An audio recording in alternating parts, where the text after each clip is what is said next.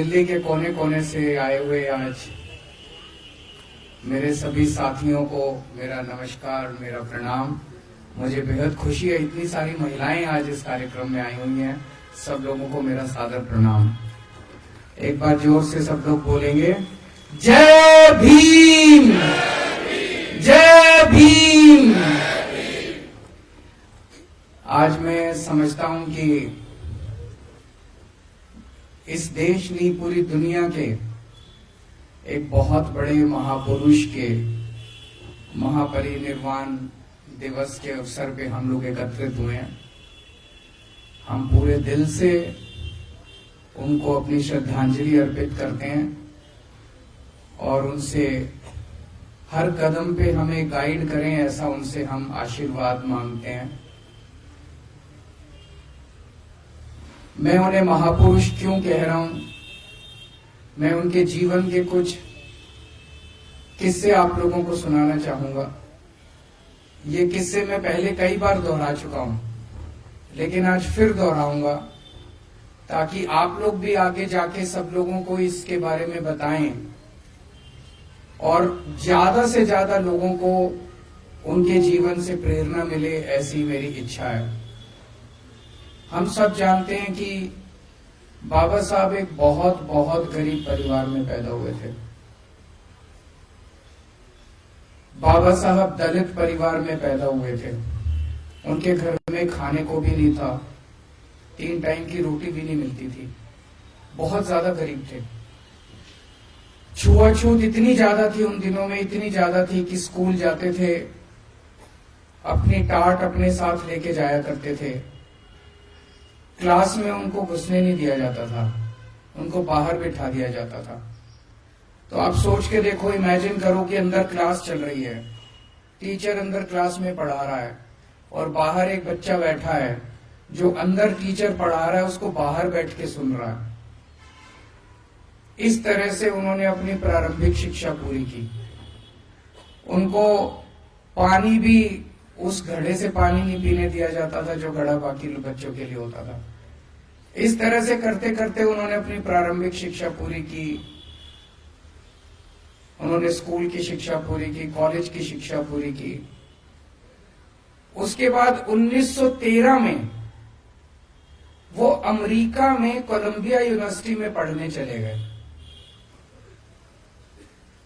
Colombia university दुनिया की आज के टाइम पे भी दुनिया की सबसे बड़ी यूनिवर्सिटीज में मानी जाती है। कोलंबिया यूनिवर्सिटी में आज भी एडमिशन लेना नामुमकिन सा है। हमारे अपने बच्चे, आप सब लोग जितने यहाँ बैठे हैं, कई मंत्री बैठे हैं, कई एमएलए बैठे हैं, कई आम आदमी पार्टी के ऑफिस बेरर्स बैठे हैं, राज्यसभा मेंबर बैठे हैं। आप लोगों के भी बच्चे अगर आज कोलंबिया यूनिवर्सिटी में एडमिशन लेना चाहें, आसान काम नहीं है, बहुत मुश्किल काम है।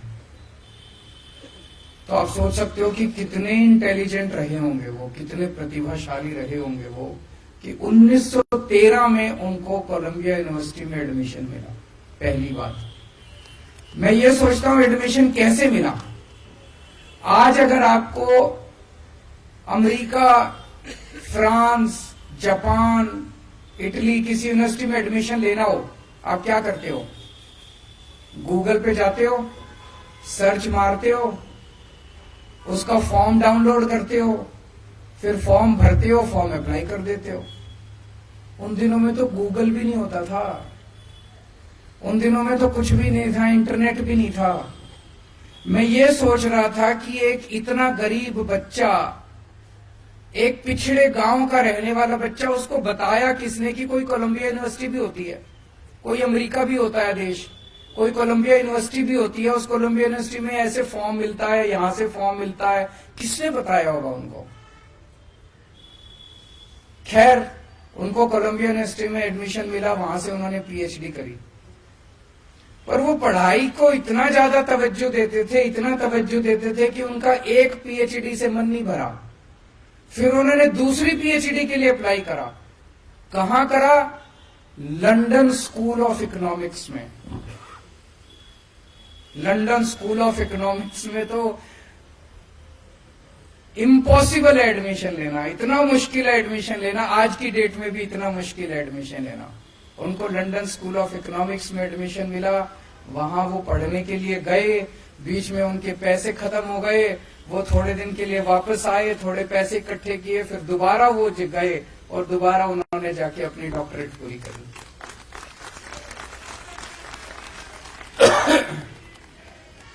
उन्होंने बहुत ज्यादा शिक्षा को महत्व दिया, बहुत ज्यादा।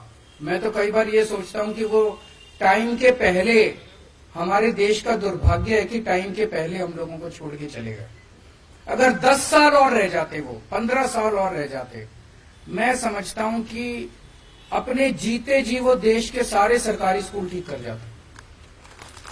आज 75 साल हो गए देश को, 75 साल में इन सारे लोगों ने मिलकर देश के सरकारी स्कूलों का बेड़ा गर्क कर दिया। इन लोगों ने, शिक्षा इनके एजेंडा में ही नहीं है। कोई पार्टी नहीं चाहती कि देश के बच्चों को, गरीब बच्चों को शिक्षा मिले। अकेला वो शख्स, मैं उठा के देखता हूं इतिहास, पूरे इतिहास में आजादी ने बहुत बड़े बड़े सूरमा पैदा किए, अकेला वो शख्स है जिसने शिक्षा को महत्व दिया और किसी ने शिक्षा के बारे में बात नहीं करी, क्योंकि उसने भुगता था, उस शख्स ने भुगता था, उसने उस गरीबी से निकल के और उसने इतनी अच्छी शिक्षा प्राप्त की थी। आज भी आप देख लो, इन सारी पार्टियों ने हमारा सारा एजेंडा चोरी कर लिया। सबसे पहले तो हम ही थे, हम जाके कहते थे केजरीवाल की गारंटी, केजरीवाल की गारंटी कहते थे कि नहीं कहते थे? अब ये वाले भी कह रहे हैं गारंटी, वो वाले भी कह रहे हैं गारंटी। घोषणा पत्र, संकल्प पत्र, मैनिफेस्टो, सारे गारंटी, इसकी गारंटी, उसकी गारंटी, सारे गारंटी दे रहे हैं। सारे फ्री बिजली की बात कर रहे हैं, सारे फ्री इसकी बात कर रहे हैं, उसकी। शिक्षा की बात आज भी कोई नहीं कर रहा। शिक्षा की गारंटी केवल और केवल आम आदमी पार्टी दे सकती है। क्यों? हम बाबा साहब अम्बेडकर के चेले हैं।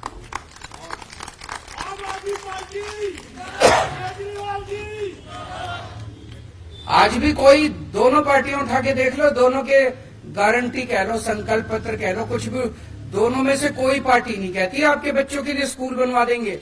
दोनों में से कोई पार्टी नहीं कहती सरकारी स्कूल ठीक कर देंगे, फ्री में ये दे देंगे, फ्री में वो दे देंगे। शिक्षा की बात केवल आम आदमी पार्टी करती है और कोई पार्टी नहीं करती। तो शिक्षा के ऊपर आम आदमी पार्टी ने बहुत काम किया है, क्योंकि हमें दिल से लगता है कि हम बहुत आम लोग हैं। ये जितने अपने एमएलए हैं, 90% से ज्यादा अपने एमएलए कोई पार्टी के किसी नेता के या किसी उसके बच्चे नहीं है, कोई पॉलिटिक्स से नहीं आए थे। हम सब लोग आम लोग हैं, आम जिंदगी से आए और एक आम आदमी की समस्या को समझते हैं। मेरे पिताजी, मेरी माताजी, मेरे दादाजी, मेरे दादाजी, मेरे नाना जी, मेरी नानी, मेरे मामे, दूर दूर तक मेरी पूरी रिश्तेदारी में कोई पॉलिटिक्स में नहीं है। हम पॉलिटिक्स से नहीं आए। ऐसे ही सारे हमारे एमएलए हैं, हमारे मंत्री हैं, जो बहुत आम जनता के उससे आए हैं। हम शिक्षा के महत्व को समझते हैं कि अगर एक परिवार के बच्चे को शिक्षा मिल जाए, उस परिवार की तो वो तो गंगा नहाया हो जाता है, वो परिवार, उसका तो फिर बेड़ा पार हो जाता है, उसकी गरीबी भी दूर हो जाती है, उसकी कई समस्याएं दूर हो जाती है। और अगर किसी परिवार के बच्चे को शिक्षा ना मिले तो आने वाली पीढ़ी दर पीढ़ी वो पिछड़ा ही रहता है, वो आगे नहीं बढ़ पाता। तो शिक्षा सबसे जरूरी है, ऐसा हम लोगों को वो है। तो सबसे ज्यादा हम लोगों ने शिक्षा पे जोर दिया। और जितना मैं सोचता हूं, मुझे लगता है कि जानबूझ के इस देश के अंदर 75 साल जानबूझ के लोगों को अशिक्षित रखा गया। अगर 5 साल के अंदर, 7 साल के अंदर आम आदमी पार्टी की दिल्ली सरकार दिल्ली के 2 करोड़ लोगों के बच्चों को अच्छी शिक्षा दे सकती है, तो 75 साल में क्या हमारे देश के लोगों को, 140 करोड़ लोगों को अच्छी शिक्षा नहीं दी जा सकती थी? दी जा सकती थी। जानबूझ के अनपढ़ रखा गया, जानबूझ के अशिक्षित रखा गया। 2 मंत्र थे बाबा साहब की जिंदगी के, संघर्ष और सेवा, और हमारे ऊपर ये दोनों लागू होते हैं। जब अपनी 70 में से 67 सीट आई थी, तो मैंने सोचा था चलो अब संघर्ष पूरा हुआ, अब सेवा करेंगे। लेकिन इन्होंने जो तंग करा हम लोगों को, काम नहीं करने दिया, इतने अड़चन अड़ाई, इतने एक के बाद एक कानून लेके आ रहे हैं, ये भी पावर हमारी, ये भी पावर हमारी। केजरीवाल की कोई पावर नहीं है कि बिना पावर के भी हमने इतना काम कर दिया। तो तब मेरे को अब लगने लगा कि आम आदमी पार्टी तो पैदा ही संघर्ष के लिए हुई है। जो जो आम आदमी पार्टी में आए वो ये सोच ले भाई ये कांटों का ताज है। हम पैदा ही, हमारा पूरा जीवन ही संघर्ष है, संघर्ष में ही जीना है अपने को। जैसे बाबा साहब अम्बेडकर का पूरा जीवन ही संघर्ष था, हमें भी संघर्ष में ही जीना है। आज भी ये मतलब कभी ये काम रोकेंगे, कभी वो काम रोकेंगे, अफसर तुमको रिपोर्ट नहीं करेंगे, ये नहीं करेंगे, वो नहीं, काम नहीं करने देना इन लोगों को। और हमने भी ठान लिया काम तो करके रहेंगे हम लोग। जब हम सड़क पे थे तभी काम करवा लेते थे इन लोगों से, अब तो हम अंदर आ गए, कुछ ना कुछ रास्ते निकल ही जाएंगे। तो एक तो संघर्ष से घबराना नहीं है। संघर्ष हमारे जीवन का सबसे बड़ा, आज आपके 3-4 नेता जेल के अंदर हैं। आज अगर वो झुक जाएं, अगर वो इनकी बात मान लें, अगर वो आज बीजेपी में चले जाएं, 2 दिन के अंदर बाहर आ जाएंगे। मनीष सिसोदिया को देखो, उनकी वाइफ कितनी बीमार है, कितनी ज्यादा बीमार है। उनका बेटा कनाडा में है, उनके घर में उनका ख्याल रखने वाला कोई नहीं है, लेकिन फिर भी 10 महीने हो गए जेल में उनको। आज अगर मनीष सिसोदिया बीजेपी के साथ हाथ मिला लें, अपना अच्छी जिंदगी जिएंगे, लेकिन नहीं। बाबा साहब अम्बेडकर के और भगत सिंह के चेले हैं, मर जाएंगे, कट जाएंगे, लेकिन झुकेंगे नहीं। देश के लिए लड़ने के लिए आए हैं, देश के लिए अपने असूलों से कभी समझौता नहीं होगा। बाबा साहब अम्बेडकर की भी जिंदगी आप पढ़ो, कितने ऐसे मौके आए जब उनको कहा गया समझौता कर लो, इस चीज पे समझौता कर लो, उस चीज पे है ना, कि कितने सारे ऐसे मौके आए, कभी समझौता नहीं किया उन्होंने किसी चीज पे समझौता। हमें भी समझौता नहीं करना, देश के साथ समझौता नहीं होगा, मुल्क के साथ समझौता नहीं होगा, जनता के लिए दूसरी चीज सेवा।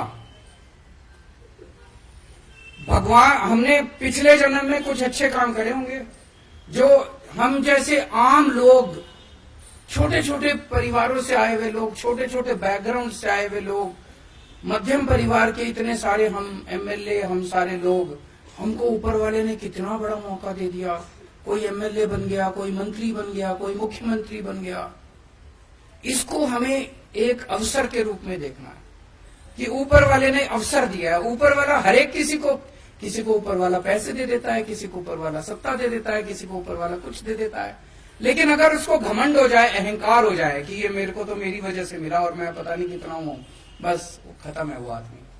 हमें ये सोचना है कि ये भगवान ने हमें दूसरों की सेवा करने के लिए सत्ता दी है, भोगने के लिए सत्ता नहीं दी।